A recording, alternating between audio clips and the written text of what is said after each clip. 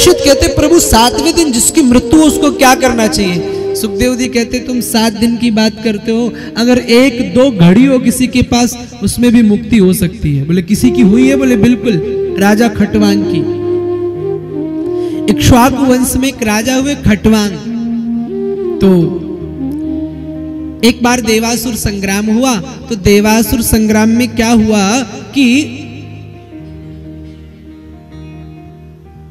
देवता थोड़ा कमजोर पड़ गए।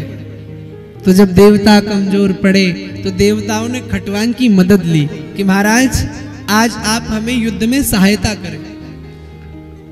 राजा खटवांग गए, देवासुर संग्राम में सहायता करी, और जब आने लगे तो इंद्र ने कहा कि कुछ मांग लो। तो खटवांग हंसने लगे कि अभी हमसे मदद मांग रहे थे, अब हमसे कह रहे हो मांग लो। तो कहा अगर देना ही चाहते हो तो एक चीज बताओ, मेरी मृत्यु कब होगी?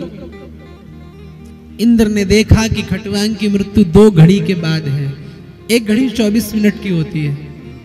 तो कहा कि राजन आपकी मृत्यु 2 घड़ी में है, स्वर्ग में थे।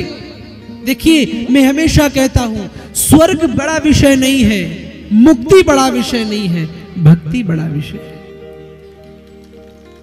मुक्ति पाने से क्या तात्पर्य, स्वर्ग पाने से क्या तात्पर्य?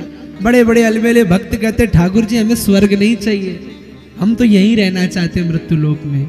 और कई कई भक्त तो कहते कि ठाकुर जी हमें आप भी नहीं चाहिए, फिर क्या चाहिए? बोले आपको प्रसन्न करने की भक्ति चाहिए मुझे, और कुछ नहीं चाहिए। तुम बार बार रूठो, हम बार बार मनाए ठाकुर, आप बार बार रूठो, मैं बार बार मनाने के लिए तैयार हूं।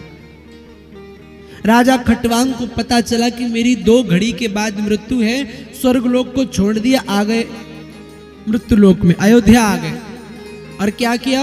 एक क्षण में सब कुछ दान कर दिया, और दूसरी घड़ी में ठाकुर जी के नाम का जप करने लगे। और ऐसा भयंकर, ऐसा मन लगाया ठाकुर जी में, ऐसा मन लगाया कि 2 घड़ी में राजा खटवांग की मुक्ति हो गई।